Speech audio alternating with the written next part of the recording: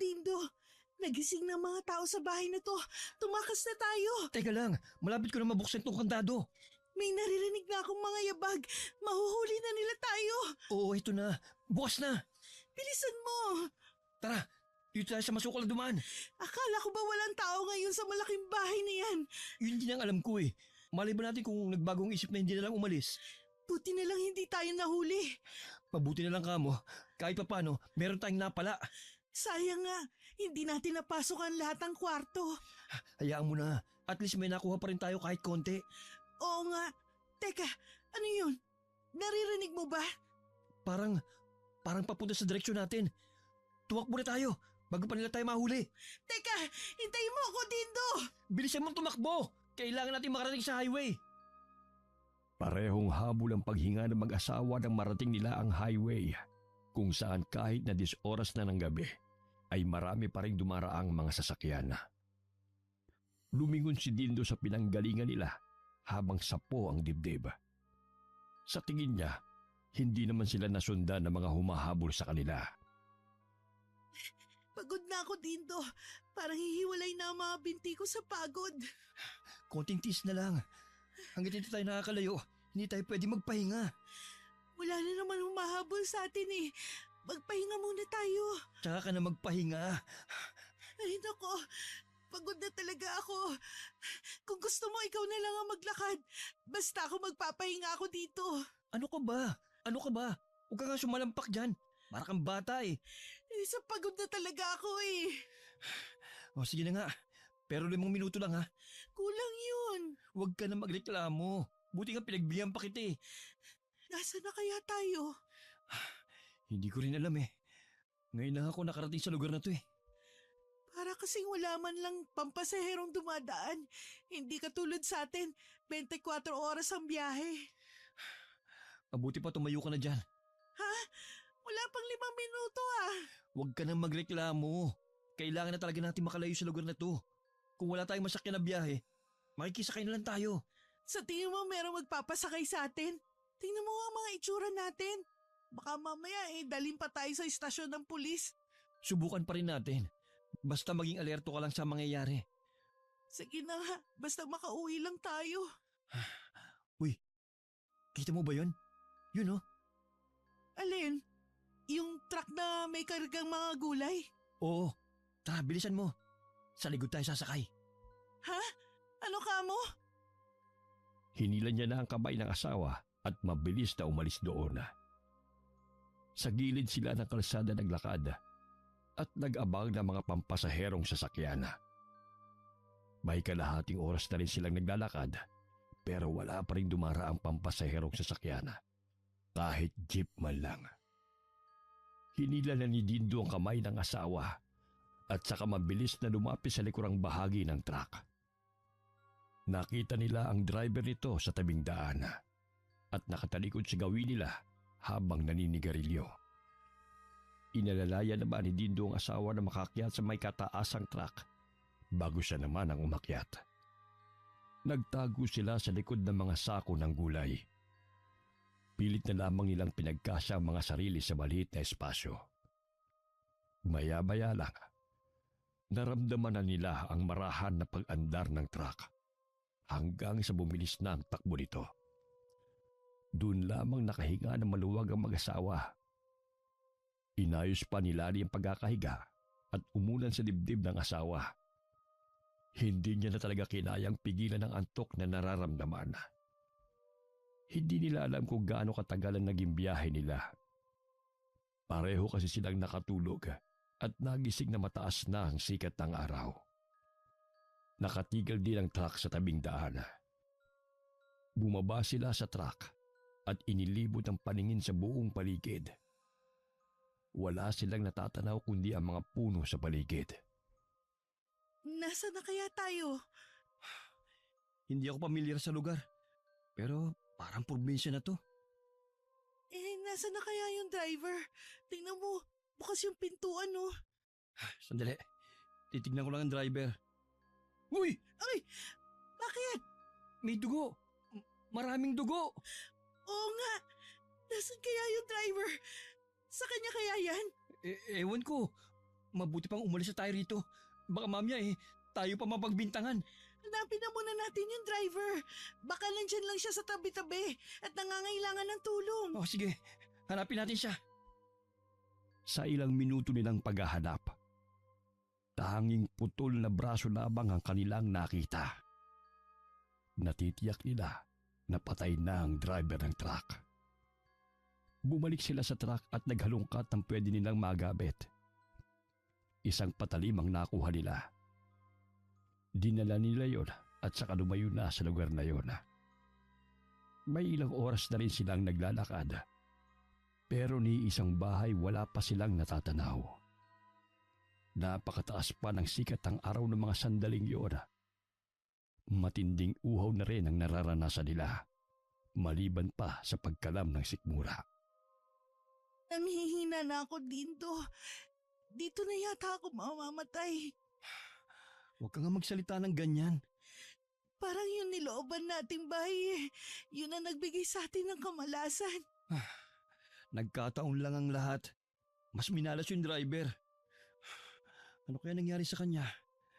Kung pinatay siya, bakit hindi man lang tayo nagising?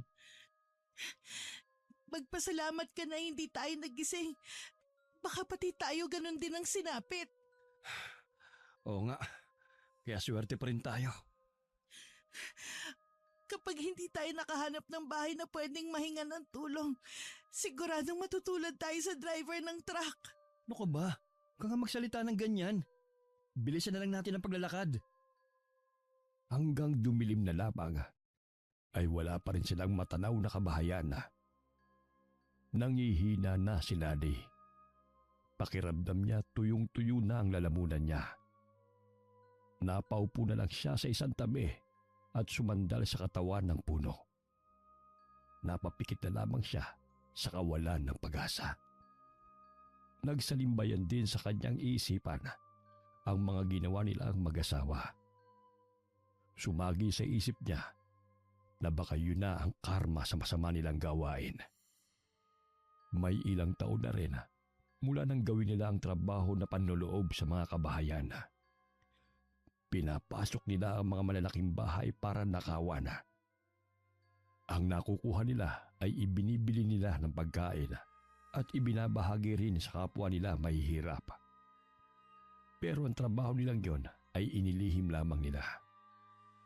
Ayaw din kasi nilang mahusgahan ng mga tao. Bigla siyang napamulat ng mga mata nang marinig ang boses ni Dino na tinatawag siya. Mabuti na lang at maliwanag ang buwana, kaya nakita niya kung nasaan ito. Tignan mo, may nakuha akong hinog na saging. Talaga? Nangihina na talaga ako sa gutom eh. Kumain ka muna. O ito, pinagbalat na kita. Salamat. Dito na muna kaya tayo magpalipas ng gabi. Bukas na lang ulit tayo maglakad. Dapat siguro naghintay na lang tayo sa highway. Hindi dapat tayo pumasok dito sa gubat. Lalo tuloy tayong naligaw. Tama ka. Pero nandito na tayo eh. Hanapin na lang natin bukas yung paglabas sa lugar na ito. Iba ang pakiramdam ko sa lugar na to, Dindo. Pakiwari ko eh, may mga matang nakatingin sa atin. Ano ka ba? Akala mo lang yun. Alisin mo kasi ang pag-iisip na kung ano-ano. Kung sakali na malagay tayo sa panganib, iwan mo na lang ako. Iligtas mo na lang ang sarili mo. Ano bang pinagsasabi mo dyan? Hindi kita iiwan kahit anong mangyari. Magiging pabigat lang ako sa'yo kung sakali. Tumigil ka na nga sa pagsasalita ng mga walang katuturang bagay. Naisip ko kasi, baka karma na to sa atin dahil sa ginagawa natin panloloob sa mga bahay. Dapat ako lang ang makarma dahil ako naman ang nag-udyok na gumawa ka ng masama. Hindi man tayo ihinasal noon, nangako pa rin tayo sa isa't isa. Na sa hirap at ginawa, lagi tayo magkasama. Kaya itilin mo dyan sa isip mo ha, hindi kita iiwan kahit anong mangyari. Sa tingin mo kaya pahiwatig na to sa atin na kailangan na natin magbagong buhay? Alam mo, naisip ko rin yan kanina. Kapag nakalis na tayo sa lugar na to, gamitin natin ang mga nakuha natin sa bahay na yon para makapagbagong buhay. Oo. Ayoko nang kumain. busog na ako. Sige na, matulog ka na. Babantayan kita. Inayos lang ni Lani ang pagkakahiga at pumikit na rin. Kahit maraming lamok sa paligid, nakatulog pa rin siya kaagad. Si Dindo naman, pinapakiramdaman ang buong paligid. Ang sinasabi ni Lani na tila mayroong nagmamasid sa bawat galaw nila ay ramdam din niya mula pa kanina. Pero ayaw lang niya yung sabihin dito dahil iniiwasan niyang lalong matakot ang asawa. May palagay din siya na hindi basta ordinaryo ang gumawa noon sa driver ng truck. Dahil laking probinsya siya at lumaki sa lahat ng klase ng kababalaghan, naniniwala pa rin siya sa mga nilalang ng dilim, katulad ng mga aswang. Kahit mabigat ng talukap ng mga mata, ay pilit pa rin nilalabanan ni Dindo ang antok. Mag-uumaga na rin nang tuluyan siyang igupo ng antok. Marahang yugyug sa balikat ang nagpagising sa kanya. Pupungas-pungas pa siyang ng padilat. Maliwanag na pala. Kanina ka pa magising? Hindi pa naman natatagalan. Buti pa. Kainin muna natin tong natirang saging bago tayo maglakad. Napasarap ang tulog ko kagabi. Tsaka kahit papano, nanumbalik ang lakas ko. Alam mo ba, maraming saging sa pinagkunan ko nito. Baka ako may nangangalaga eh. Ibig sabihin, baka may kubo sa malapit. Baka may tao tayo mahihinga ng tulong. Sana nga may makita tayong tao na pwede nating mahinga ng tulong. Hindi maikakaila sa mukha ng mag-asawa ang kasiyahan na baka merong kubong malapit sa lugar na yon. Binilisan na nila ang pagkain at ang natira ay dinala na lamang nila.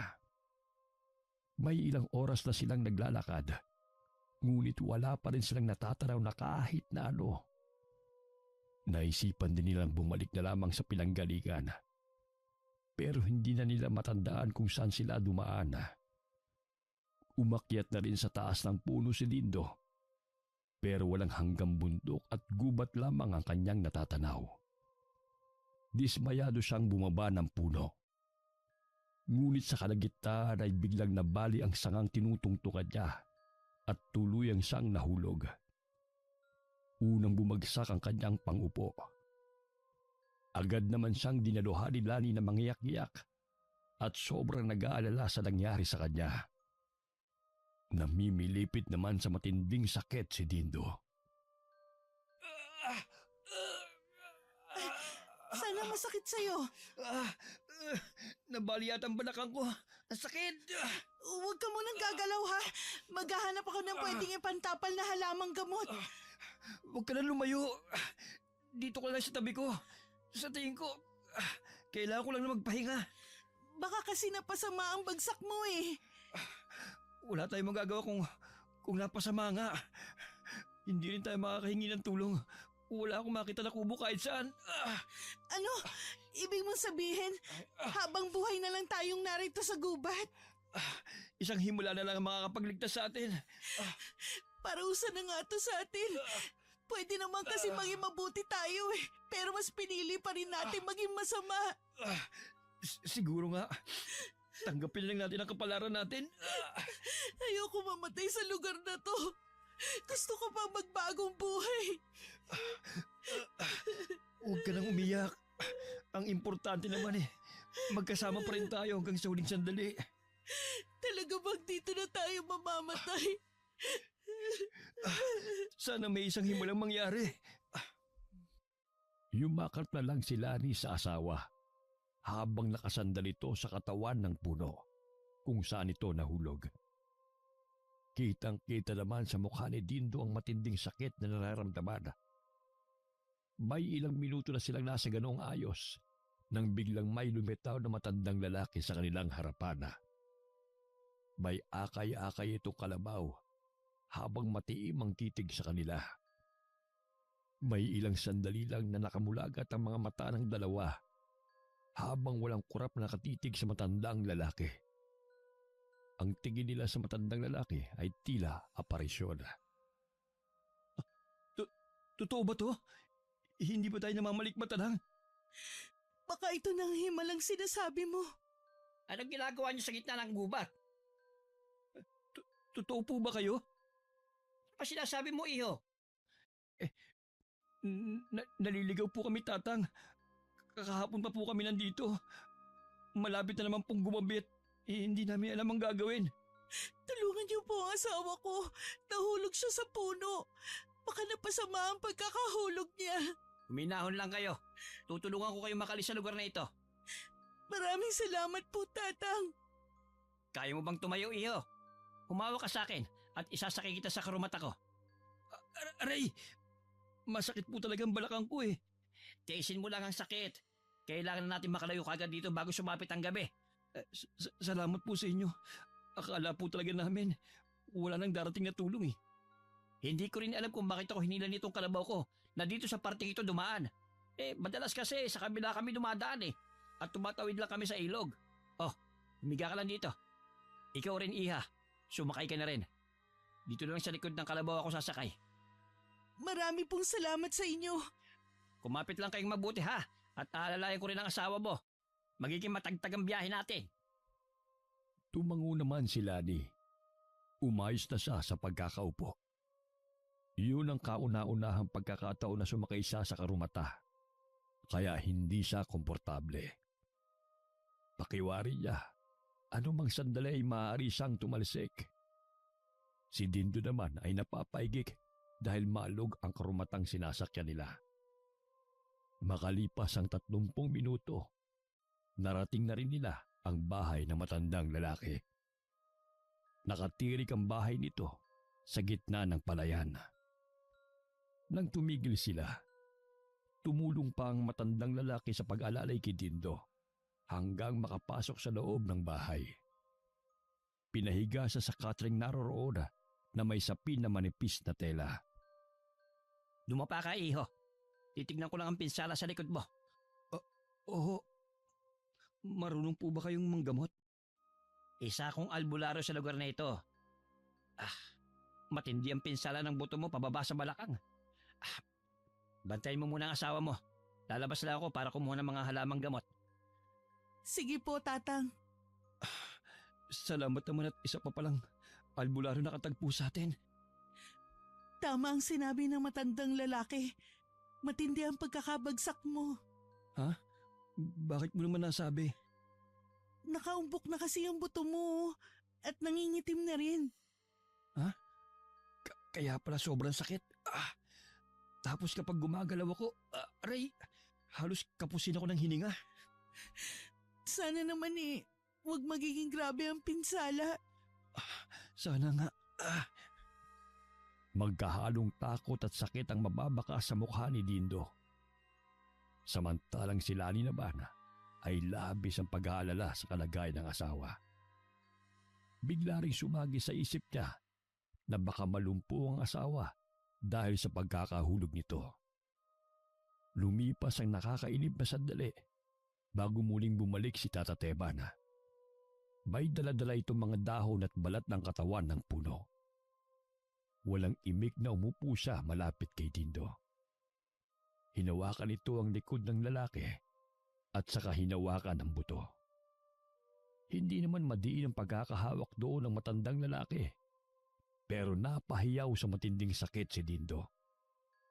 Napatutup na lang sa bibig si Lani dahil sa matinding awa. Tiisin mong sakit kung ayaw mong malumpo.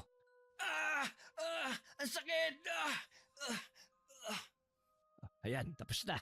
Tatapalan ko lang ng halamang gamot na may langis. Para pong biglang nawala ang sakit. Kailangan mo pa rin mag-ingat na hindi pasukin ng lamig.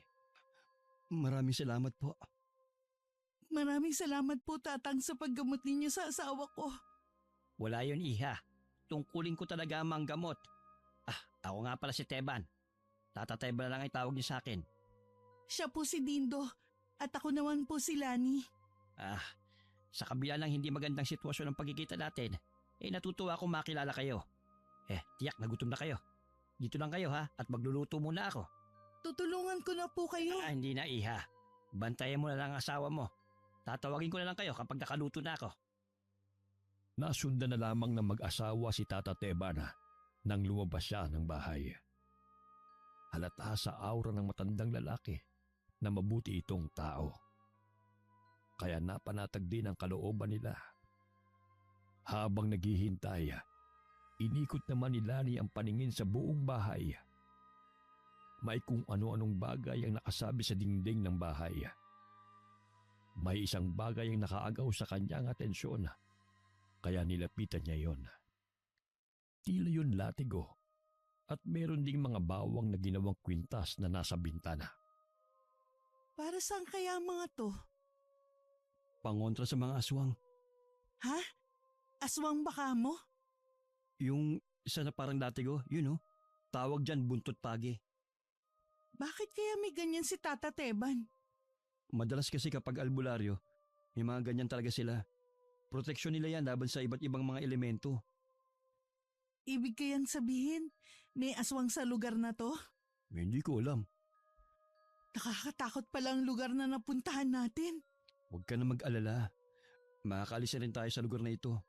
Baka bukas pwede na tayo magpatid kay Tata Teban sa sakayan. Sana nga makaalis na tayo dito. Hindi talaga ako komportable sa lugar na to eh. Halos 1 oras din bago muling pumasok si Tata Teban. Niyaya na sila nitong kumain. Kaya pala natagalan ito ay dahil kinatay pa niya ang alagang manok para merong may paulam sa kanila. Dahil sa matinding gutom, nang malanghap nilang umuusok pang tinola, hindi na nahiya ang mag-asawa na kumain. Animoy parang mauubusan sila nang lantakan nila ang pagkain. Pasensya na po kayo. Gutom na po talaga kami. Hindi mo kailangang humingi ng pasensya. Para sa inyo talagang niluto kong yan. Kaya kumain lang kayo. Maraming salamat po talaga sa inyo, Tata Teban. Utang po namin sa inyo ang pangalawa naming buhay. Akala po talaga namin hindi na kami makakaalis sa lugar na yun. Para na po kaming naliligaw. Kaya nga po umakyat na ako sa puno eh. Pero ni isang bahay po, wala akong matanaw. Tiyak na sinadya ko yung iligaw. Ha? Ano pong ibig niyo sabihin? Ang lugar kung saan ko kayo nakita ay doon din nakatira ang isang tikbalang. Tikbalang po? Kung sino man ang pumasok sa kanyang teritoryo, hindi na nakakalabas pa. Kaya po pala kahit anong gawin namin, hindi kami makalis sa lugar na yun. Pakiramdam ko rin po, may mga matang nakamasid sa amin. Mabuti na lang po napadaan kayo. Malakas ang pakiramdam ng alaga kong kalabaw. Kaya nung hilahin niya ako sa gawing iyon, sumunod na kaagad ako. Alam ko kasi may naisang ipakita sa akin. Tata Teban, saan po ang daan palabas sa lugar na ito? Kapag tuluyan ka ng gumaling, ako mismo maghahatid sa inyo sa sakayan. Sa ngayon, manatili muna kayo sa bahay ko. Salamat po, Tata Teban. Kaya lang po nakakaya naman sa inyo. Huwag kayong mahiya. Naniniwala kasi ako na nakatakda talaga ang mag-cruise sa mga landas natin. Ano pong ibig niyong sabihin? Malalaman mo rin, Iha. Sa ngayon, kumain na muna tayo. Nagkatingin na naman ang mag-asawa, pero hindi na muling nagsalita. Itinuloy na rin nila ang pagkain. Pagkatapos ng hapunan, sila nila ang nagpresenta na magligpit ng mga ginamit nilang pinggan at kubyertos. Habang ang asawa at si Tata Teban naman ay nagkukwentuhan sa loob ng bahay. Nung gabing yun, pareho silang hindi makatulog na mag-asawa. Sinuliyapan pa ni Dindo ang matandang lalaki na nasa kabilang katre at nasa loob ng kulambo. Dahil maliwanag ang buwan ng gabing yun, pumapasok ang silahis nito sa dingding na yari sa sawali. Nagkatinginan silang mag-asawa nang makarinig ng mga yabag ng kabayo na sinabayan pa ng paghalinghing nito. Kabayo ba yun? Parang, baka alaga ni Tata Teban. Parang nasa malapit lang Teka, sisilipin ko sa may bintana. Ha? Totoo ba to? Bakit? Anong nakita mo? Meron ngang tikbalang. Ano? Sinundan kaya niya tayo rito? Hindi ko alam. Anong ginagawa niya? Nagpapaikot-ikot lang siya sa labas ng bakuran nitong bahay. Tingin ko hindi siya basta makakapasok. Parang may harang na pumipigil sa kanya. Ilang sandali pa, umalis na rin ang tikbalang sa harapan ng bahay ni Tata Tebana. Nakahinga naman ng maluwag ang mag-asawa. Nang sulya pa nila ang matandang lalaki, mahimbing pa rin siyang natutulog. Kahit tuluyan nang nawala ang antok ng mag-asawa, pinilit pa rin nilang matulog ng gabing yun. Kinabukasan, kinuwento nila ang nakita nila nung gabi. Huwag kayong matakot. Hanggat narito kayo sa bahay ko, hindi kayo magagalaw ng tikbalang na yon. Walang anumang elemento rin na makakapasok sa bakuran ko dahil sa mga pangontrang inilagay ko. Kaya po pala hanggang labas lang siya ng bakuran nyo. Ganun na nga. Kaya alisin nyo na ang pag-aalala nyo. Tiyak na hindi na yung babalik pa. Hindi ko lang po maiwasan na matakot eh. Yun po kasi ang kauna-unahang pagkakataon na makakita ko ng tikbalang. Hindi naman talaga sila nananakit. Inililigaw lang nila madalas ang taong nagagawi sa kanilang teritoryo. Ngayon alam ko na po. Maiba nga pala ako. Kumusta na ang pakiramdam mo? Ayos na ba ang likod mo? Maayos na po ang pakiramdam ko. Ni konti po eh. Wala na akong nararamdamang kirot. Para nga lang po siyang nagdahilan eh. Mabuti na ba kung ganon? Tata Teban, baka po pwede niyo na kaming samahan sa sakayan. Talaga bang gusto nyo nang umalis? Opo, sana eh. May kailangan pa po kasi kaming gawin. O sige. Pagkatapos natin kumain, ihatid ko na kayo sa sakayan. Marami pong salamat, Tata Teban. Lagi nyo lang tatandaan ha. Bukas ang bahay ko kung sakaling babalik kayo rito. Tanging ngiti lang ang itinugon ng mag-asawa. Pareho kasi ang laman ng kanilang isipan na wala na silang balak na bumalik sa lugar matapos ang hindi magandang karanasan.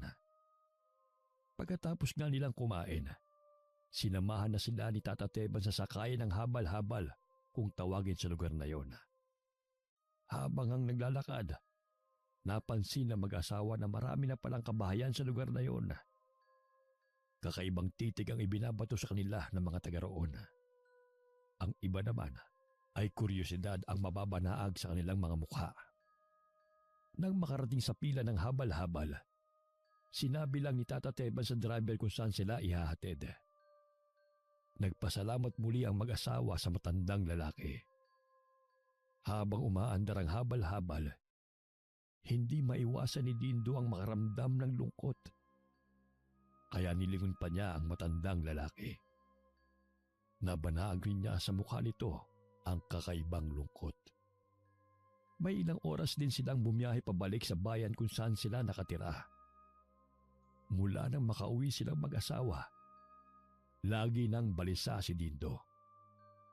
Wala rin siyang ganang gumawa ng kahit anong bagay. Nagtataka na rin sila ni sa kakaibang ikinikilos niya. May problema ba? Bakit mo naman naitanong? Napansin ko kasi na ilang araw ka nang wala sa sarili eh. Hindi ba napag-usapan natin dati na magbabagong buhay na tayo? Oo, kaya nga hindi na tayo nanloloob ng mga bahay eh. Naisip ko lang, bakit hindi tayo tumira sa malayong lugar? Malayo dito, doon sa tahimik na lugar na walang nakakalam sa gawain natin dati. Diretsahin mo nga ako. Ano bang gustong mong sabihin? Bumalik na lang tayo kay Tata Teban. Ha? Sigurado ka ba sa sinasabi mo? Doon mo gustong tumira? Oo, pinag-isipan ko itong mabuti. Sasama ka ba? Oo naman. Kailangan pa bang itanong yan? Kung nasan ka dapat nandun din ako. Pero bakit doon? Hindi ko rin maipaliwanag eh. Siguro naalala ko lang kay Tata Teban yung yumaong ama-amahan. Tsaka mag-isa na lang naman si Tata Teban eh. Tingin ko gusto niya rin tayo makasama. Mas okay nga siguro kung sa malayo tayo magbabagong buhay. Salamat Lani ha. Sa hirap at ginhawa, hindi mo ko iniwan. Pagkatapos ng araw na yon, Nagligpit na ng mga gamit ang mag-asawa. Ang mahalagang bagay lang ang kanilang dinala sa pag-alis. Muli silang bumiyahe papunta sa lugar kung saan nila nakilala si Tata Teban. Dahil tanghali na sila umalis, ginabi na sila sa daan. Wala nang habal-habal sa kanto kung saan sila dapat sumakay. Paano yan? Wala na tayong masasakyan papasok. Wala tayong pagpipilian kundi ang lakarin ng papasok ng sitio. Ha? Hindi ba delikado? Hindi naman siguro. Kapag binadaanan tayong bahay, pwede siguro tayong makiusap na magpalipas ng gabi. Kung ganun umpisahan na natin maglakad. Dapat pala mas inagahan natin ang pag-alis sa bahay. Wala na tayong magagawa. Hindi naman natin akalain na may banggaan tayong madadaanan kaya tayo natagalan sa biyahe. Sa bagay, buti na lang maliwanag ang buwan. Nakikita pa rin natin ang dinadaanan natin. Bilisan na lang natin ang paglalakad. Kanina pa ako kinakabahan Naalala ko kasi yung nangyari sa atin dati. Huwag kang matakot, nandito naman ako eh. Alam ko naman na hindi mo ko pababayaan, pero hindi ko talaga maiwasan ang kabahan Paano kung hindi pangkaraniwan ang makasalubong natin? Katulad ng tikbalang, Oo, o kaya maligno. tinatakot mo lang ang sarili mo sa pag-iisip ng mga ganyan eh. Nakakita na nga tayo ng tikbalang kaya hindi ko lang tinatakot ang sarili ko. Basta huwag ka lang lalayo sa tabi ko. Tindo, Oh, bakit? kasi may tao sa harapan natin. Sino kaya sila? Hindi maganda ang kutob ko sa kanila. Kumapit ka lang sa akin. Akong bahala. Ano kayang ginagawa nila dyan sa ganitong oras? Hindi ko alam. Pero baka taga rito lang ang mga yan. Nanginginig ang buong katawan ni Lani habang nakahawak sa braso ng asawa. Hindi rin niya inaalis ang pagkakatingin sa dalawang tao na nakatayo sa gitna ng daan. Gumilid pa silang mag-asawa habang nilalampasan ang dalawang tao na pawang nakatingin din sa kanila. Parehong nakasuot ng hood ang mga ito, kaya hindi nila makita ang mga mukha. Hindi tuloy nila makita ang pagkakakilanlan ng mga ito. Halos hilahin na rin ni Dindo ang asawa dahil halos hindi na ito makahakbang. Nang makalampas sila sa dalawang tao, binilisan na nila ang paglalakad kahit may kabigatan ang dala nilang mga bagahe. Habang palayo, nakaramdam sila ng pangingilabot at pagtaas ng balahibo sa buong katawan. Sabay pa silang napalingon sa pinanggalingan nila. Ngunit gano'n na lamang ang gulat nila nang makita nila na wala na roon ang mga taong yun. Kundi dalawang malaking itim na baboy ang naroon. Pulang-pula ang mga mata nila. At dahil sa liwanag ng buwan, kitang-kita nila ang pagtulo ng mga laway ng mga yon. Agad na hinila ni Dindo ang kamay ng asawa at mabilis na lumayo sa lugar na yon. Bilisin mo, Lani! Hindi na tayo dapat maabutan! Nasaan na ang dalawang tao kanina? Saan galing ang mga baboy na yun? Sila din ang mga baboy! Natitiyak kong mga aswang sila! Aswang! Ayoko makain ng aswang!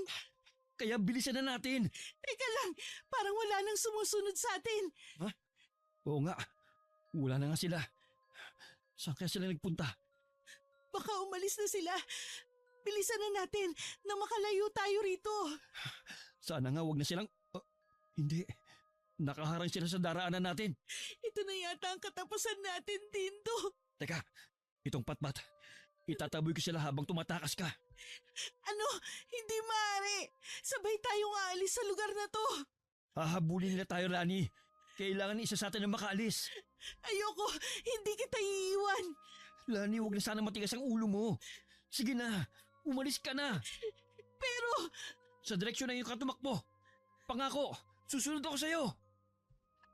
Yumakap pa si Lani sa asawa bago mabilis din na kumalas at tumakbo sa itinuturo nitong direksyon. Hindi lumilingon na tumakbo siya ng tumakbo. Hanggang sa kanyang paglingon, hindi na niya makita ang asawa. Sa kanyang pagtakbo, Hindi niya akalain na meron siyang makakasalubong. Napahinto siya sa pagtakbo at parang itinulos sa kanyang kinatatayuan. Nanatili lamang siyang nakatingala sa taong nasa kanyang harapan. Samantala, kahit nanginginig sa takot, buong tapang pa ring hinarap ni Dindo ang dalawang malaking itim na baboy. Sumisingasing pa ang mga iyon habang nanlilisik ang mga mata. Ang isa sa kanila ay biglang sumugod sa kanya. Nang makalapit sa kanya, agad niya yung hinataw ng hawak na patpat. Ngunit nabali lamang iyon. Nahagip nito ang kanyang binti at napaigik na lamang siya nang bumao ng mga ngipin nito sa kanyang balat. Kahit bali na ang patpat na hawak, ginamit pa rin niya yun at paulit-ulit na hinataw ang nagngangalit na itim na baboy. Sandaling nilubayan siya nito. Bago muling sumugod sa kanya, natumba siya sa lupa habang nasa ibabaw niya ito. Pilit nitong inaabot ang kanyang mukha. Buong puwersa naman na itinutulak niya ito. Isang sigaw ang kanyang narinig. Sa paglingon niya sa kanyang kanan, naroon si Tata Teban at ang asawa niyang si Lani. Mabilis na lumapit si Tata Teban at makailang ulit na itinarak ang hawak na itak sa likod ng baboy. Isang malakas na angin naman ang pinakawalan ng isa pang baboy. Nagpaikot-ikot yun at nagwawala sa galit bago sila sinugod. Makailang beses pa yun nahataw ni Tata Teban bago nagawang tumakas. Pagdating sa bahay ni Tata Teban, agad na ginamot ng matandang lalaki ang binti ni Dindo. Ngunit masyadong malalim ang sugat nito. Nang gabing yun, tuluyang nawalan ng binti si Dindo. Maswerte pa rin kayo dahil hindi kayo tuluyang napahamak ng gabing yon. Lalo ka na, Lani. Mabuti na lang po at dumating kayo sa tamang oras. Iniisip ko na lang na karma na to sa akin dahil sa masasamang gawain ko noon. Kailangan nyo magpakatatag. Lalo na ngayon na magiging magulang na kayo. Ano pong ibig niyo sabihin? Buntis ang asawa mo, Dindo. Nagkakamali po kayo, Tata Teban. Imposible ang sinasabi ninyo. Tama po ang asawa ko, Tata Teban. Hindi na po kasi siya maaaring magbuntis mula nung ilang beses siyang nakunan. Pwede kayo magpatingin sa doktor sa bayan para makatiyak kayo. Posible nga kaya nabuntis ako. Kaya siguro hindi pa ako dinadatnan ng buwan ng dalaw ko. Pero hindi ba sabi ng doktor na tumingin sa'yo dati, hindi ka na magkakaanak? Pwede naman nagkamali lang ang doktor na yun sa pagsuri niya sa akin Hindi naman sila Diyos para magsalita ng tapos. Kung ganun, magiging tatay na rin ako sa wakas? Sana nga talagang totoo na buntis ako. Akala ko pinaparusahan kami sa hindi pagkakaroon ng anak dahil sa ginagawa namin. Ngayon pa lang binabati ko na kayo. Masayang masaya ang mag-asawa sa magandang pangyayaring yun sa kanilang buhay.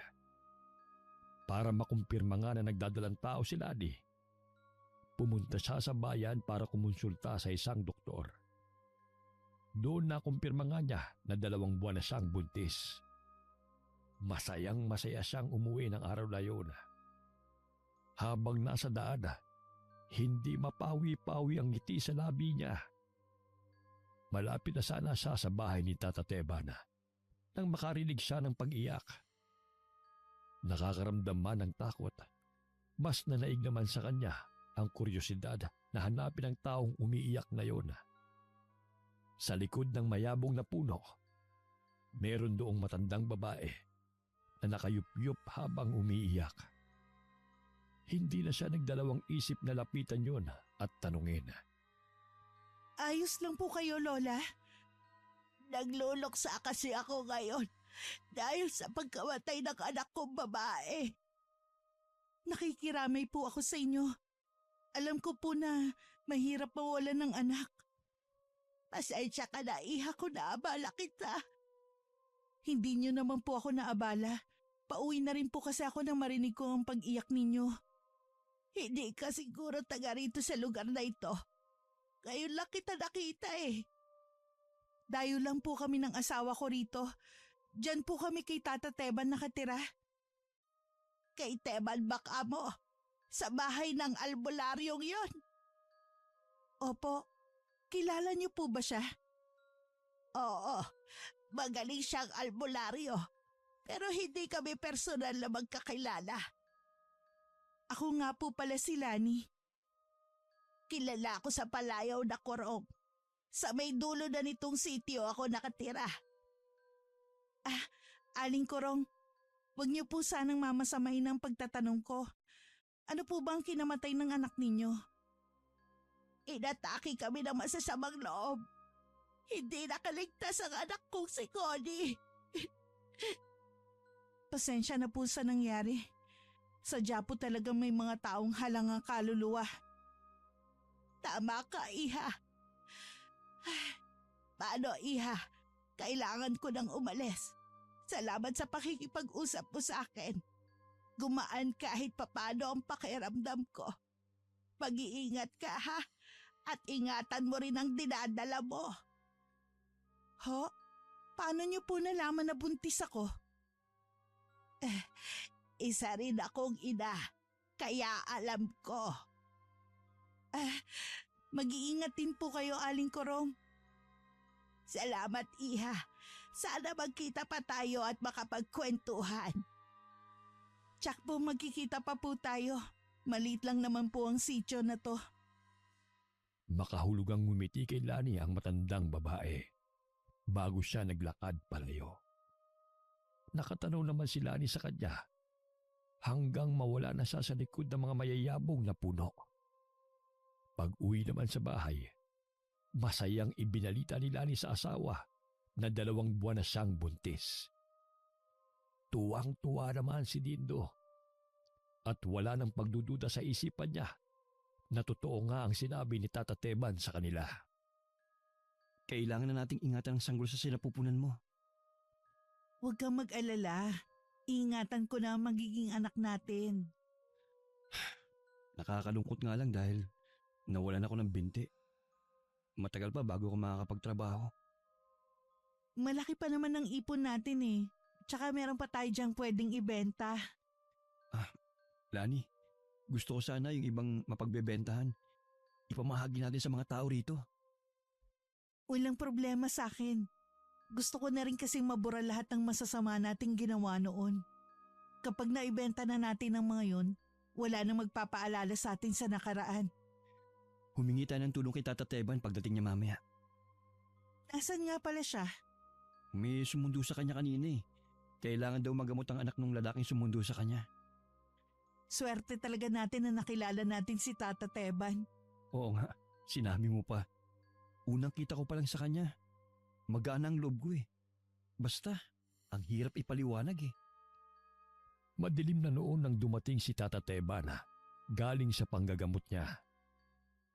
Nakaluto na rin si Lani ng kanilang hapunan ng mga oras na yon.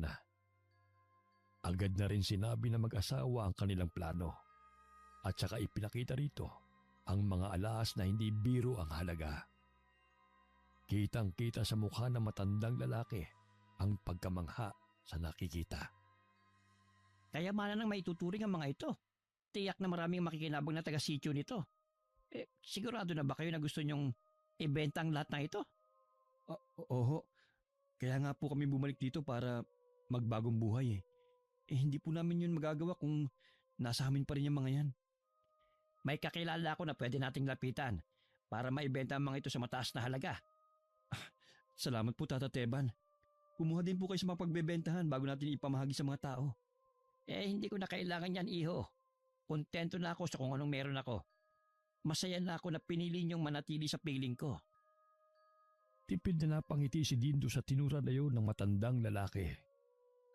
Tuwing nagsasalita ng ganon ito, may kakaibang nararamdaman si Dindo. Pakiwari niya, may nais pang sabihin ng matanda sa kanya. Nais man niyang magtanong, tila mayroon namang pumipigil sa kanya.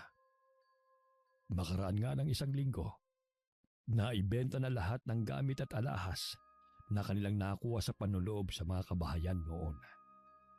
Katulad ng sinabi nila, ipinamigay nila yun sa mga taong naninirahan sa sityo na yon. Mas lalong naging malapit ang mag-asawa sa mga taga roon at tinanggap na silang residente ng lugar. 5 buwan na noon ang tiyan ni Lani. May kalakihan din ang kanyang tiyan, kaya hirap na siyang kumilos. Si Dindo naman ay kasakasama lagi ni Tata Teban sa bukid. Hindi naging hadlang ang pagkakaputo ng binti nito para hindi makapagtrabaho. Sa tulong ng saklay, nagagawa pa rin itong makatulong sa pagtatrabaho. Tag-araw noon, kaya napakatining lagi ng sikat ng araw. Kaya madalas, nasa labas ng kubo si Lani. Madalas siyang maglagi sa duyan na ginawa ng asawa. Habang namamahinga, isang panauhin ang biglang dumating. Agad siyang napatayo sa duyan para lumapit sa matandang babae na kilalang kilala niya. Kumusta po kayo, Aling Korong? Mabuti naman, iha. Hinanap ko po kayo nung namahagi kami ng tulong sa mga taga rito.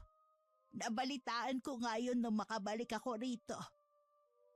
Umalis po pala kayo? Oo, iha. Dinalaw ko ang isa kong malayong kamag-anak. Ang bilis lumaki ng tiyan mo ah. Oo nga po eh, kaya nahihirapan na rin akong kumilos. Maaari ko bang hawakan ng tiyan mo? Ho? Oo naman po. Naalala ko na naman kasi ang namatay kong anak. Alam ko pong nagluluksa pa kayo hanggang ngayon. Hayaan niyo po. Kapag nanganak na ako ipapakita ko po sa inyo ang anak ko. Talaga, iha? Pwede ko ba siyang hawakan o kargahin man lang? Oo naman po. Binibigyan ko po kayo ng permiso. Pinaligaya mo ko, iha.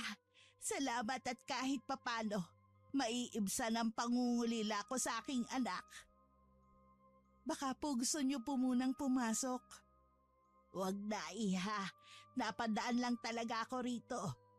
Gusto lang kitang kumustahin. Aalis na rin ako. Sigurado po ba kayo? Ayaw niyo man lang ng maiinom?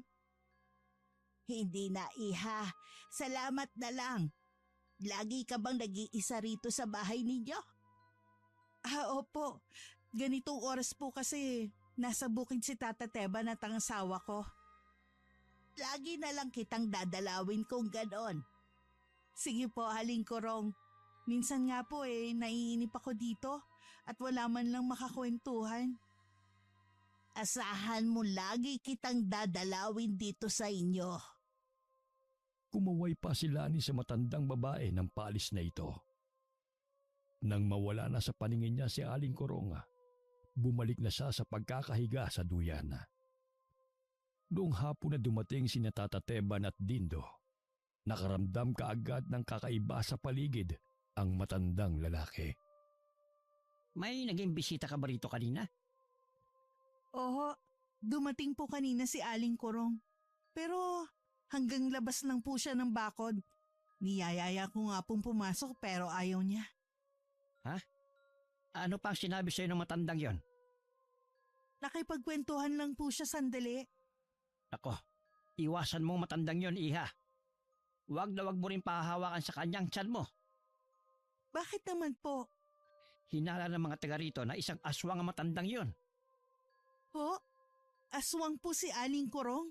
Oo, matagal ko na siyang hindi nakikita. Pero ngayon na nagpakita muli siya sa sityo, malakas ang kutob ko na meron siyang binabalak na hindi maganda. Iyon na po kasi ang pangalawang beses na nakausap ko siya. Mabait naman po siya. Nagpapanggap lang na mabait ang matandang yon. Pero maitim ang budhi niya. Nakausap niyo na po ba siya? Hindi pa. Dahil sa tuwi-tuwi ay umiiwas siya sa akin. Hindi naman din siya makatingin ng diretso sa aking mga mata. Lani, makinig na lang tayo kay Tata Teban. Para din sa yung sinasabi niya. Oo, kaya lang kanina gusto niyang hawakan ng tiyan ko at pinagbigyan ko siya. Ano? Bakit mo hinayaan na hawakan niyang tiyan mo? Kasi nga nangungulila siya sa namatay niyang anak. Tsaka akala ko mabait talaga siya eh. Wala na tayong magagawa pa. Gagawa na lamang ako ng mga pangontra para hindi na siya makalapit sa'yo sa susunod. Nang gabing yun, hindi makatulog si Lani. Napakaalinsangan kasi ng kanyang pakiramdam. Gusto sana niyang maligo, pero kanina pa naghihilik ang kanyang asawa. Nasa likod kasi ang banyo at kailangan pa niyang lumabas. Kinuha na lamang niyang pinilas na karton at saka nagpaypay. Nang mangalay, huminto siya sandali. Bigla siyang nakarinig ng tila kalusko sa silong ng kanilang bahay. Bumaba siya ng katring hinihiga nilang mag-asawa at sinilip ang silong. Napatili siya nang makita ang mabalahibong nilalang sa ilalim habang nanlilisik ang mapupulang mga mata. Agad na nagising ang mga kasama. Mabilis na kumuha ng itak si Tata Teban at lumabas ng bahay. Si Dindo naman, pilit pinapakalma ang asawa. May aswang sa silong ng bahay. Tahan na, hindi siya makakapasok dito sa loob. Hindi namin yun hahayaan. Natakot lang ako. Aray ko, ang tiyan ko, kumikirot. Sana masakit. Ang tiyan ko pababa sa pusod. Baka may masamang mangyari sa anak natin, Dindo. Teka, hihingi ako ng tulong. Tata Teban! Si Lani po kailangan ng tulong! Anong nangyayari? Masakit po ang tiyan niya. Hindi pa naman niya kabuwalan na. Sandali, kukunin ko ng langis ko. Kinuha ni Tata Teban ang langis niya sa eskaparate. Pinataas niya kay Dindo ang suot nitong duster. Pareho pa silang nagulat nang makita ang tiyan ni Lani. Umaalon-alon kasi yun at may mga nakalitaw na mga ugat. Agad na pinahiran ni Tata Teban ng langis ang babae at saka nag-usal ng dasal. Napahiyaw naman si Lani sa matinding sakit. Kinuha rin ni Tata Teban ang suit na kwintas at saka yun idinikit sa tiyan. Makailang beses na umalon-alon ang tiyan ni Lani bago yun kumalma at nawala ang mga ugat. Ayos ka na ba? Oo, pero kanina talagang sobrang sakit. Parang binibiyak sa sakit ang tiyan ko. Mula ngayon, puro itim na dasal lang susutin mo. Lagi mo rin papahiran ng langis ang tiyan mo bago matulog. Inaaswang po bang asawa ko? Ganun na nga. Hindi titigil ang nilalang na yon hanggat hindi niya nakukuha ang gusto niya. Ayokong mawala ang anak natin, Dindo. Hindi ako papayag. Hindi magtatagumpay ang aswang na yon. Poprotektahan ka namin ni Tata Teban. Tama ang asawa mo, Lani. Hindi ka namin pababayaan. Mula ng gabing yun, hindi na pinasama ni Tata Teban si Dindo sa bukid. Ibinili na lang niya rito na bantayan ng asawa. Iniwan niya rito ang isa pang itak na pag-aari niya. Sinabi niyang kahit araw, may paraan ng mga aswang para makalapit kay Lani. Nakatanaw pa ang mag-asawa sa papaalis na matanda. Lingid sa kanila.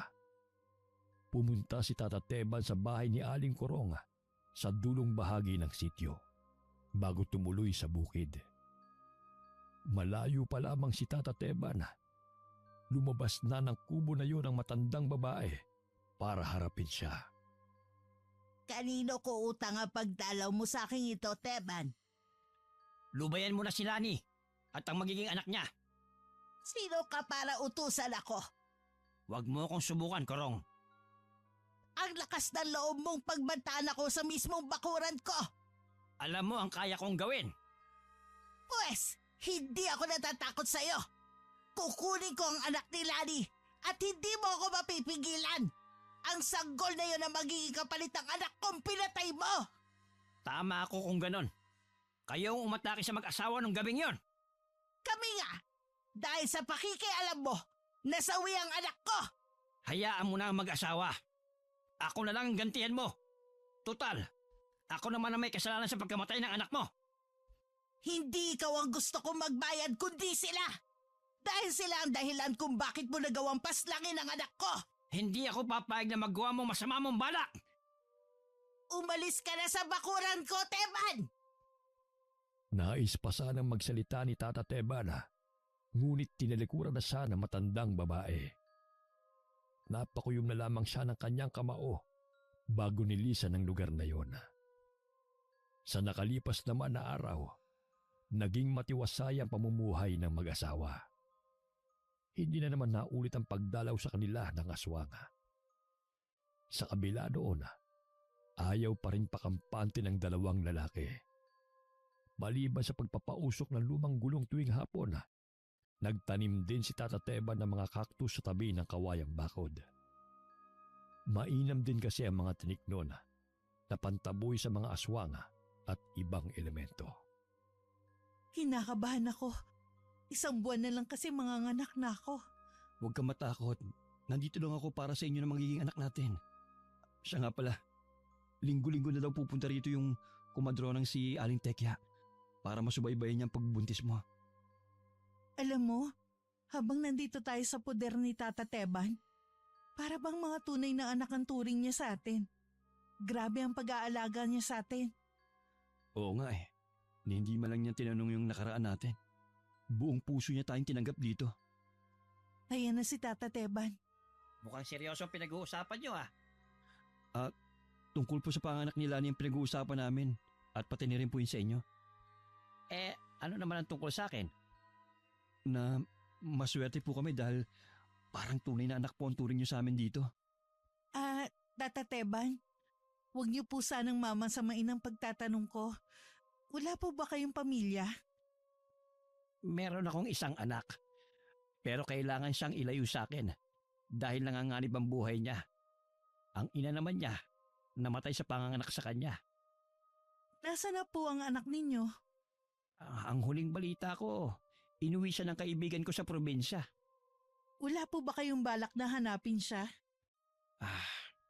Naniniwala ako na mismong tadhana maglalapit sa amin. Kung talaga magkikita pa kami balang araw. May lungkot silang nahihimigan sa tono ng boses ng matandang lalaki. Hindi na ulit nagtanong pa si Lani. Samantalang si Dindo naman, napatitig na lamang sa mukha ni Tata Teban. Nang sumunod na araw, mag-isa lang si Lani. Kinailangan kasing sumama muna ni Dindo kay Tata Teban sa bukid. Ayaw sana ng matandang lalaki, ngunit nagpumilit si Dindo dahil hindi dumating ang kausap na maghahakot ng mga pananim. Nangako naman ang dalawa na babalik kaagad bago magtanghalian. At isa pa, inaasahan nila ang pagdating ng kumadronang si Aling Tekya. Dahil ilang linggo na lang ay manganganak na siya, naisipan niya maglakad-lakad sa labas. Doon na rin niya hihintayin si Aling Tekya. Habang hinihintay nga si Aling Tekya, may tumawag sa kanya. Sa pag-aakalang yun na ang kumadrona, nakangiti siyang lumingon. Ngunit napalis din yun nang makilala ang matandang babae. Kumusta ka na, Iha? Pasensya na kung ngayon lang ako nakabalik ulit. Masyado kasing mahigpit ang mga bantay mo eh. Mabuti pa pong umalis na kayo bago pa dumating ang asawa ko at si Tata Teban. Ako ba? Gusto mo ko, Iha? Noon po yun, bago ko pa matuklasan ang totoo niyong pagkatao.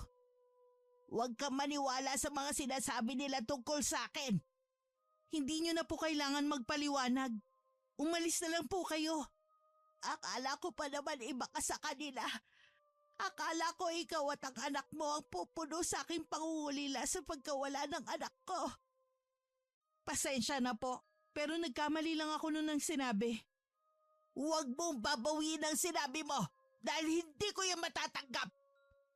Kapag hindi pa kayo umalis, isasaboy ko ang asin na hawak ko sa inyo. Ha! Ibang klase ka ring babae. Pero gaya lang sinabi ko, hindi mo pwedeng bawiin ang sinabi mo. Ano pong binabalak ninyo? Kukunin ko ang anak mo kapalit ng namatay kong anak. Hindi! Hindi ako papayag sa gusto niyong mangyari. Hindi kayo magtatagumpay. Kailanman hindi pa ako nabibigo sa mga plano ko. Tumatawa pa rin ang matandang babae nang dumating si Aling Tekya. Dumampot ng bato ang kumadrona at saka yun ipinukol kay Aling Kurong. Napatigil naman sa pagtawa ang matandang babae at matalim na sinulyapan ng kumadrona.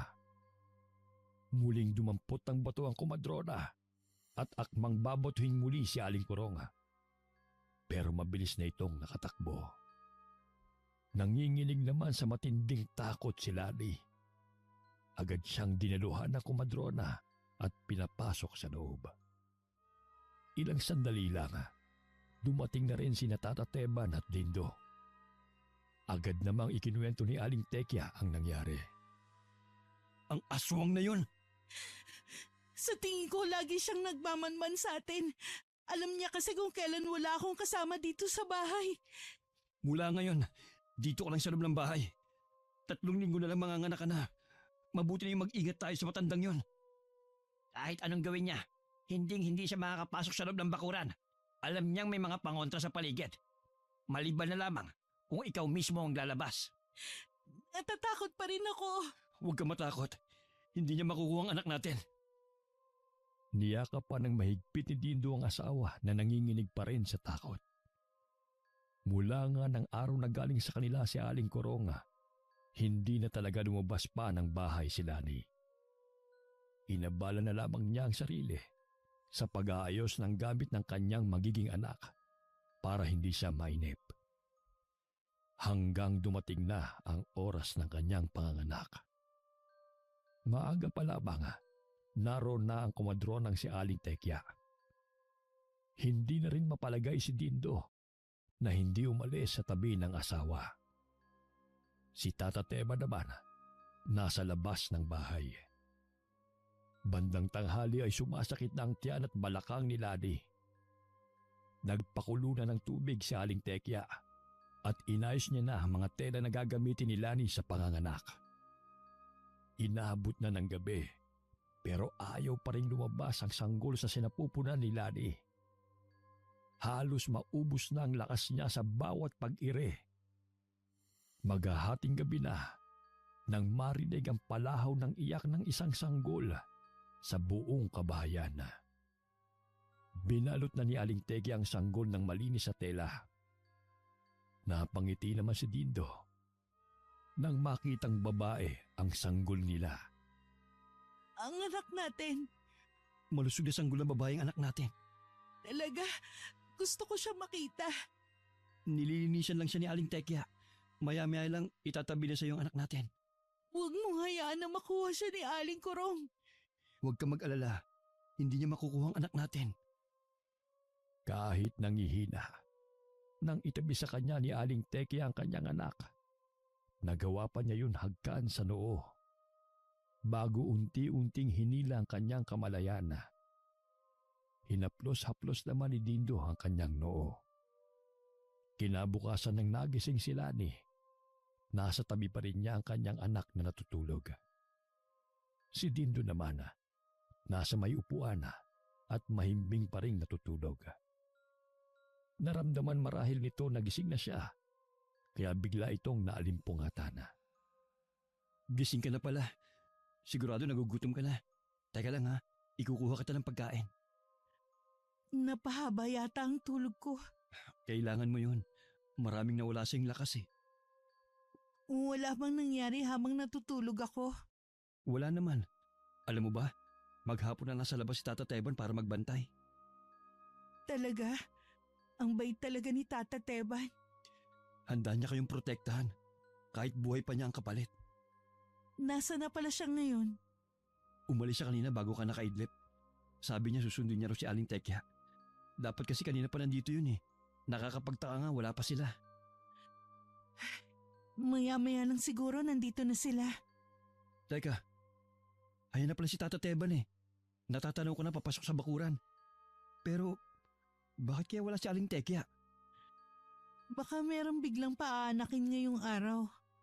Baka nga. Sabay pa silang napatingin sa pagpasok ni Tata Teban. Bagsak ang balikat nito at hindi makatingin sa kanila.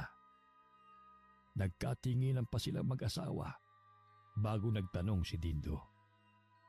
Nasaan po si Aling Tekya? Huwag kayong mabibigla. Lalo ka na, Lani, pero wala na si Aling Tekya. Paano pong wala na? Patay na siya. Kanina natagpuan siya ng kanyang anak na wakwak ang tiyan at parang niluray na mabangis na hayop ang katawan. Sinong gagawa nun sa kanya? Kagagawan niya ni Aling Kurong. Siguradong nagalit siya kay Aling Tekya nang ipagtanggol niya ako laban sa kanya. Ang halimaw na yon. Kailangan nating balaan ng mga taga-sityo laban sa kanya. Dito lang kayo. Napaiyak na ng tuluyan si Dani dahil sa matinding takot. Inalo at niyakap naman siya ni Dindo. Samantala, kinausap ni Tata Teba ng mga taga-sityo tungkol kay Aling Kurong. Pinag-iingat din niya ang mga iyon, lalo na ang mga buntis at mga bata. Nang gabing yun, hindi mapakali si Lani. Hindi niya rin inaalis ang paningin sa anak sa takot na baka bigla na lamang mawala ito. Magpahinga ka na habang tulog ang anak natin. Hindi rin kasi ako dalawin ng antok eh. Pilitin mo pa rin matulog. Baka mamaya ay mabinat ka. Naaawa rin kasi ako sa nangyari kay Aling Tekya. Nakukonsensya ako dahil alam kong kasalanan ko nangyari sa kanya. Huwag mong sisihin ang sarili mo. Walang may gusto sa nangyari sa kanya. Umalis na lang kaya tayo sa lugar na ito. Ano? Yan ang wag na wag niyong gagawin. Mas lalo kayo mawawala ng proteksyon. Maging ang anak mo. Oras na lumayo kayo sa lugar na ito. Posible po ba na masundan pa rin kami ni Aling Kurong? Hindi pa man kayo nakakalabas ng sityo na ito. Tiyak na naabutan na kayo. Habang buhay na lang ba na nasa loob ng bayang mag-ina ko? Gumagawa na ako ng paraan. Hinahanap ko si Kurong. Alam ko po na magaling kayong albularyo. Pero mag-iingat pa rin po kayo. Tusong matandang yon. Ayoko pong mapahama kayo. Huwag ka mag-alala, iho. Walang masamang mangyayari sa akin. Patuloy na lumipas ang 2 linggo. Naging tahimik naman ang sityo. Maging si Lani ay nakakatulog na rin ng mahimbing sa gabi nang hindi nag-aalala na baka biglang sumulpot si Aling Kurong at kunin ang anak niya. Minsan nasa bukid si Tata Teba na naiwan silang mag-anak sa bahay. Napansin ni Lani na namumula ang mukha ng anak. Nang salatin niya ang mukha, laking gulat niya dahil napakainit ng anak niya. Tindo, Bakit? ang anak natin, may lagnat. Sigurado ka? Oo, hawakan mo siya oh. Niyo nga. Oo nga. Sobrang init niya. Pwede ka bang sumaglit sa bayan para bumili ng gamot niya? Pero wala kayong kasama rito. Mahalagang makabili ka ng gamot ng anak natin. Hindi naman ako lalabas ng bahay eh. Tsaka malapit na rin dumating si Tata Teban dito. Sige. Sandali lang ako ha. Kahit na anong mangyari, huwag kang lalabas ng bahay. Hintayin mo lang ako, okay? Oo, basta bilisan mo lang ha. Naging kainip-inip ang sandali para kay Lani habang naghihintay sa pagdating ng asawa. Halos bilangin na niya ang bawat segundo ng orasan. Hanggang na mga oras na yon, natutulog pa rin ang anak. Napapitlag pa siya nang marinig ang pagtawag ng asawa sa labas ng bahay. Bakit hindi ka pa pumapasok dito? Kailangan na natin mapainom ng gamot ang anak natin. Lumabas ka muna rito. Hindi kasi ako makapasok. Bakit hindi ka makapasok? Teka lang, lalabas ako. Pasensya ka na. Puntahan mo ako rito. Ano ba nangyari sa'yo? Bakit hindi ka pa... Ikaw? Ako nga, iha. Kumusta ka na? Yan na bang anak mo? Huwag kang lalapit sa akin. Tatawagin ko ang asawa ko si Tata Teban. Walang tutulong sa'yo. Alam kong wala kayong kasama ngayon. Hindi mo makukuha ang anak ko. Diyan ka lang. Hindi mo na mapipigilan pa ang pagkuha ko sa sanggol na yan! Paano ka nakapasok sa bakuran namin? May mga pangontrang inilagay si Tata Teban sa paligid. Dahil pinapasok mo ko, kaya nawala ang bisa ng mga pangontra. Hindi! Tulong! Tulungan niyo ako mga kapitbahay! Mamamaos ka lang sa kakasigaw, pero walang makakarinig sa'yo. Maawa ka sa akin! Huwag mo kukunin ang anak ko! Isang putik pulbos ang hinipa ni Aling Kurong sa kanyang mukha. Bago pa siya matumba, ay nasalunan nito ang sanggol na mahimbing pa ring natutulog. Ngumiti pa ito nang makitang tuluyan na siyang nawalan ng malay. Matulog ka muna ng mahimbing, Lani. Ako na lang munang bahala sa anak mo. Ituturing ko siyang tunay na anak.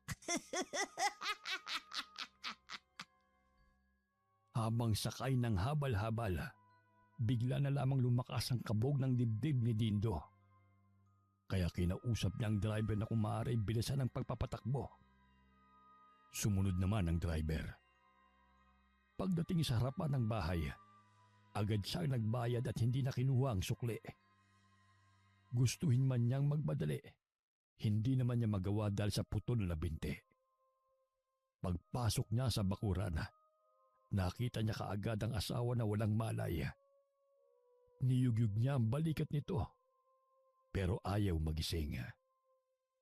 Hinanap rin niya ang sanggol, pero hindi niya makita. Ilang sandali pa, dumating na rin si Tata Teban. Pinagmasdan ni Dindo ang tila natutulog lang na asawa. Tiyak na ginamitan siya ng mahika ni Kurong para makatulog. Kailan po kaya siya magigising? Hindi ko masasagot ang tanong mong yan. Paano ang anak ko? Saan ko siya hahanapin? Ginagawa ko ng lahat ng paraan para malaman kung saan naroon si Kurong.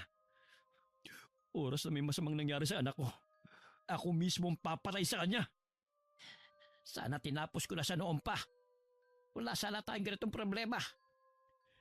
Siya lang pong dapat sisihin. Isa siyang salot. Inabot na ng kinabukasan, pero hindi pa rin nagigising si Lani. Hindi rin tumitigil si Tata Teban sa paghahanap ng kinaroroonan ni Aling Kurong.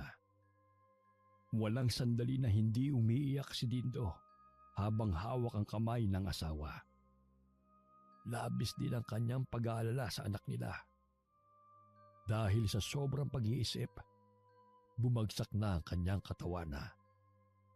Si Tata Teban naman ay hindi pa rin tumitigil sa paghahanap, maging ang mga taga-sityo.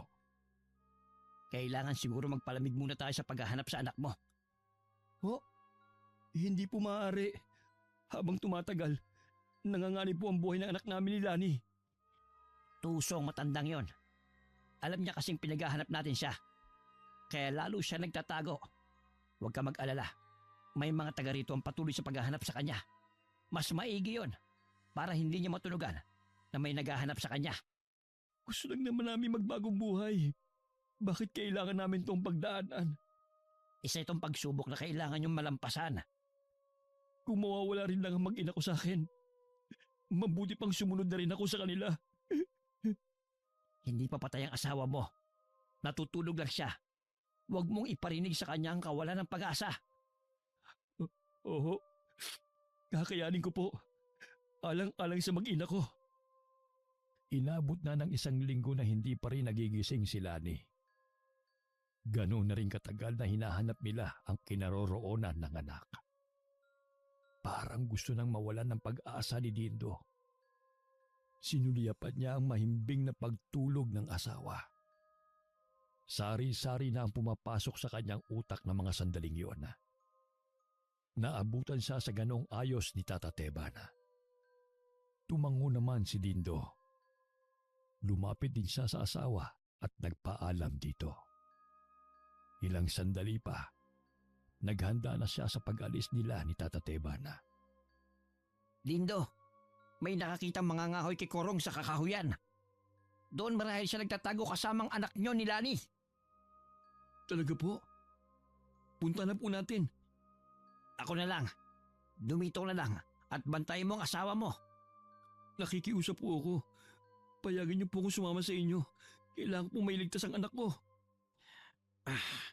O sige, maghanda ka na. May kakausapin lang akong tao na magbabantay kay Lani. Kahit hirap sa paglalakad gamit ang tungkod, hindi yun naging hadlang para sumama siya kay Tata Tebana. May ilang oras din silang naglakad bago narating ang isang kubo. May naaninag siyang liwanag na nanggagaling sa gasera. Akmang lalapitan na niya ang kubo nang pigilan siya ni Tata Tebana. Huwag ka magpadalos-dalos, iyo. Ano po bang hinihintay natin? Kailangan ko na pong iligtas ang anak namin ng asawa ko. Naiintindihan kita. Ako lang ang haharap sa kanya. Kukunin ko ang atensyon niya at saka mo iligtas ang anak mo. Sige po, mag-iingat po kayo. Umakbang na si Tata Teban palapit sa kubo. Habang si Dindo naman ay kumukuha lang ng tiyempo para pasukin ang kubo. Lumabas naman si Aling Kurong ng kubo. Matalim ang titig nito kay Tata Teban. Hanggang dito ba naman ay sinusundan mo ko? Ibalik mo na ang sanggol na kinuha mo. Sino ka para sabihin yan? Hindi ko papayagan na kahit na sino na kunin sa akin ang sanggol. Mula nang mahawakan ko ang sanggol na yon, anak ko na siya. Nahihibang ka na nga. Wala na akong pakialam kung yan ang tingin mo sa akin. Ngayon, tatapusin na kita para wala nang sino man ang maglalakas ng loob na kalabanin ako. Nagpalit ng anyo si Aling Kurong. Naging isa itong malaking itim na baboy na may dalawang pangil sa bibig. Namumula ang mga mata nito habang nakatitig kay Tata Teban. Inilabas naman ni Tata Teban ang kanyang itak. Mahigpit niya yung hinawakan habang naghahanda sa pag-atake ng aswang na si Aling Kurong. Si Dindo naman ay dahan-dahang lumapit sa kubo at pumasok. Nadatnan niya sa kuna na gawa sa kahoy ang kanyang anak. Gising yun at naglalaro. Hindi na napigilan pa ni Dindo na mapaluha nang makita ang anak.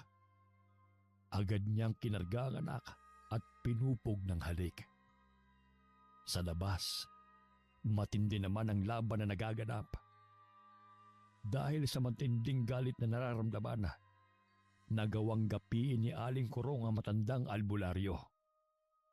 Tumilapo ng itak na hawak nito sa malayo. Nagawa rin ni Aling Kurong na suwagin ang tagiliran nito. Nang akmang kakagatin na nito ang leeg ni Tata Teban, bigla itong nakarinig ng naapak na sanga ng puno. Paglingon niya, naroon sa labas ng pinto ng kubo si Dindo, karga ang sanggol. Mabilis na sumugod sa kanya si Aling Kurong. Natumba si Dindo at nabitiwan ng sanggol.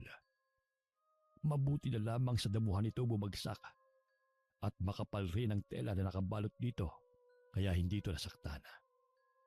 Muling sinugod ni Aling Kurong si Dindo. Tinamaan ito sa isang paa. Napahiyaw na lang sa sakit si Dindo. Kinagat pa siya nito sa braso. Ako ang harapin mo, halimaw ka! Huwag ang anak ko! Pinulot ni Tata Teban ang itak niya sa lupa. At saka ubod ng lakas na tinangga sa may bandang batok ang malaking itim na baboy. Pumulandit mula roon ang maitim nitong dugo. Nagpaikot-ikot pa yun bago nabuwal sa lupa. Tinulungan naman niyang makatayo si Dindo habang nasa braso nito ang sanggol. Nakarinig sila ng paparating na mga yabag at sa di kalayuan ay ang liwanag ng mga sulok. Papunta na sa lugar na yon ang mga taga-sityo. Nasa di kalayuan sina Tata Teban at Dindo. Habang pinapanood nila ang pagsunog ng mga taga-sityo sa kubo at katawan ni Aling Kurong. Tata Teban, narinig ko pong tinawag niyo akong anak. Ano pong ibig sabihin nun? Totoong anak kita, Dindo. Kaibigan kong matalik ang taong nagpalaki sa'yo. Pero Paano po kayo nakakatiyak? Dahil sa balat sa likod mo. Tingnan mong balat ko sa aking likod. Pareho ng laki, kulay at hugis. Oo nga po. Pero sabi ng ama-amahan ko, posible daw napatay na ang totoong ama ko. Nung gabing yon, ipinatakas na kita sa kaibigan ko. Hindi na rin kasi ako noon nakakasiguro na makakaligtas pa ako. Pero isang himala ang nangyari. Nang gumaling ako sa mga sugat na natamo ko, hinanap ko kayo sa bahay ng ama-amahan mo. Pero sabi ng kapitbahay niya, kaalis nyo lang at walang nakakaalam kung saan kayo pupunta. Siguro iniisip ng kaibigan ko na patay na ako, kaya isinama ka na lang niya. Naging mabuti po siyang ama sa akin. Kaya alam po nung high school ako, namatay siya sa isang sakit. Doon po nag-umpisa na mapariwara ako. Ngayon na magkasama na tayo, hindi na ako papayag na mapariwara ka pa. Kaya nga po kami bumalik dito eh. Dahil dito namin nais magbagong buhay. Itay, Anak ko, salamat at nagkita muli tayo. Dininig ng Diyos sa panalangin ko sa kanya na bago ako mawala sa mundong ito, ay magkita muna tayo. Umuwing masaya ang mag-ama. Pagdating nila sa bahay, naghihintay na sa kanila si Lani. Sinalubong sila nito sa labas ng bahay. Salamat at ligtas kayong nakabalik. Ang anak ko. hindi na tayo guguluhin pa ni Aling Korong. Wala na siya. Hindi ko hangad ang kamatayan ng iba. Pero mas mapapanatag na tayong wala na siya. Siya nga pala. May gusto akong ipakilala sa'yo. Si Tata Teban, ang tunay kong ama. Ha? Tatay mo si Tata Teban? Oo, iha. Kaya sana, itay na ang itawag niyo sa akin simula ngayon. Opo, itay. Wala nang mahihiling pa ang mag-asawa. Nakapagbagong buhay sila sa lugar na tanggap sila. At natagpuan pa nila ang tunay na ama ni Dindo. Makalipas ang isang buwan, pinabinyagan na nila ang nag-iisa nilang anak na pinangalanan nilang Roxana. Mula nang mawala si Aling Korong, naging tahimik na ang buong sityo. Itinago na rin ni Tata Teban ang kanyang itak na siyang ginagamit niya sa pagpaslang sa mga aswanga. Batid niya kasi matagal na panahon na magiging tahimik ang kanilang sityo laban sa mga alagad ng dilim. Sa paglipas ng mga taon, naging masaya at tahimik na namuhay ang pamilya ni Dindo. Wakas.